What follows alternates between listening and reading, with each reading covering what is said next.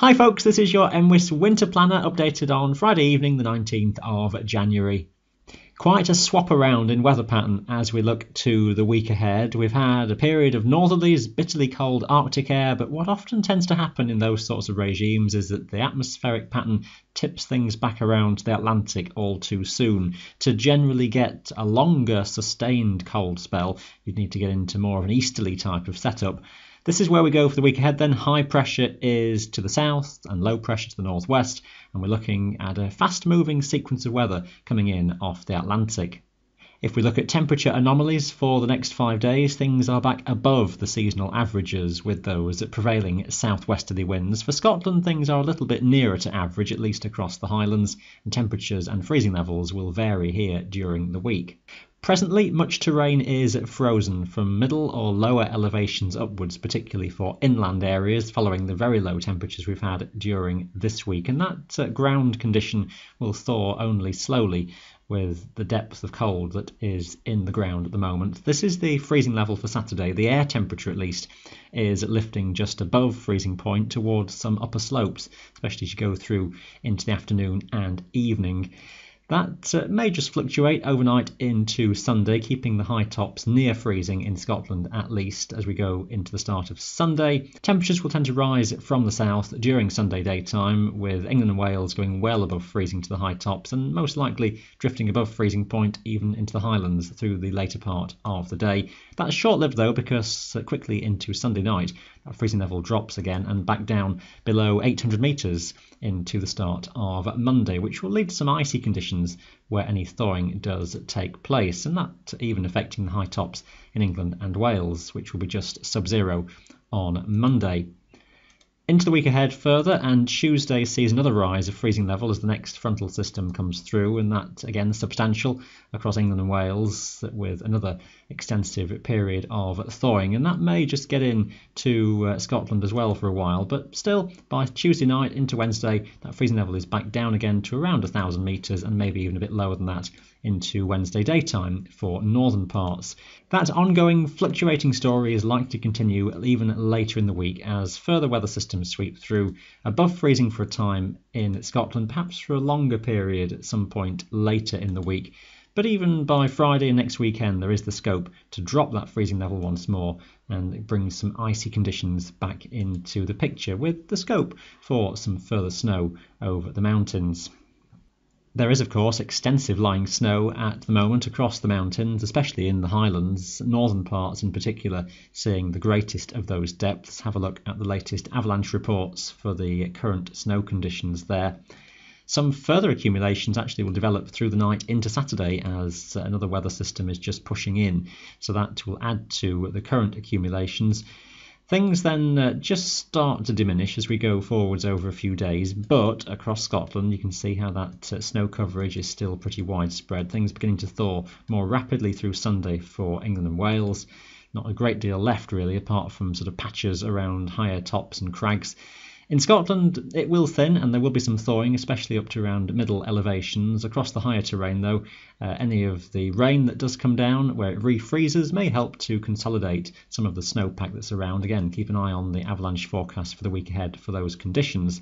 This is onwards through Tuesday, and things just sort of wax and wane a little bit through the week as a whole. The model chart sees things thinning out somewhat, bearing in mind, of course, the coarse resolution of this chart doesn't see absolute like for like on the mountains themselves, but it gives the indication, if nothing else, that we've still got a fair amount of snow coverage over the Scottish Highlands by the end of the week there. It's a pretty wild story this weekend. This is the sequence, and there's that feature bringing that snowfall overnight into the Highlands, some rain into northern England too. That sort of fizzles out for a while across Scotland, some further rain and sleet and a few snow flurries on and off on the high tops for the Highlands during the day, dries toward the northeast. Some rain is fairly persistent across England and Wales, that turning heavier again through Wales in the afternoon. The winds will be strong to gale force across most mountains, quite a marked increase with height, so on the very highest tops gales or severe gales are possible for periods, and those strengthening through the later afternoon into the evening time as the next weather system is coming in, and some heavy rain and some upland snow in Scotland is moving in there into Saturday night. Run things further on, and this is going forwards in 3-hour time steps. You'll see how the isobars stay close together and indeed will tighten again through Sunday. Now for Sunday, timing is crucial across the Highlands. There could just be a reasonable window of relatively low wind speeds, 30 miles per hour or less, perhaps in the north for half of the day. But do be aware of things deteriorating from the south as severe gales develop and then increasingly stormy rapidly later in the day. The progress of rain and upland snow also slightly uncertain, but expect that turning up quite quickly into southwest Scotland. Through the afternoon, that piles further northwards and those winds will strengthen rapidly as well. Severe gales across most of the tops in England and Wales all the way through the day. This is Storm Isha that's been named by the Met Office, and that then comes through on Sunday evening, giving the risk of gales, stormy conditions even to quite low elevations through the night into Monday, that deep area of low pressure passing through. And then we go into a story for Monday of chillier westerly winds, powerful winds still, with severe gales across most of the mountains. Those that will bring showers, one after another really, into western Scotland, the classic chilly westerly pattern with snow and hail mixed in and some rain on lower slopes, and those almost constant at times in western Scotland. A showery day across most western regions, fewest showers toward the east. Heavy rainfall totals, particularly through this weekend, will bring the risk of some flooding, particularly in the Lake District, West Wales, and into some of the southwestern areas of Scotland too, with rainfall totals accumulating over 48 hours, 75 to 100 millimetres over some of the southwestern fells in the lakes, could be over 150 mil in some spot totals in places, so a flood risk is quite high. For western Scotland, of course, some of this will still fall as snow, and that will keep some of that locked up on the mountains, but still the risk of becoming very wet underfoot lower down, and some flooding may well develop of some of the streams. The ongoing weather sequence through the middle of the week sees another centre of low pressure sweeping in for Tuesday then, and that brings the risk of some further heavy rainfall and some snow for the Scottish tops, at least for part of the time here. That may be back to rain before turning once more to snow again, as snow and hail showers later on and into Wednesday. Similar sequence really, where the temperatures will drop as we've seen through into Wednesday. It stays a very windy story with those powerful west and northwesterlies. Ridge of high pressure maybe just eases conditions as Wednesday daytime goes on. Just watch your timing there. Could be a window of better weather through the middle of the week.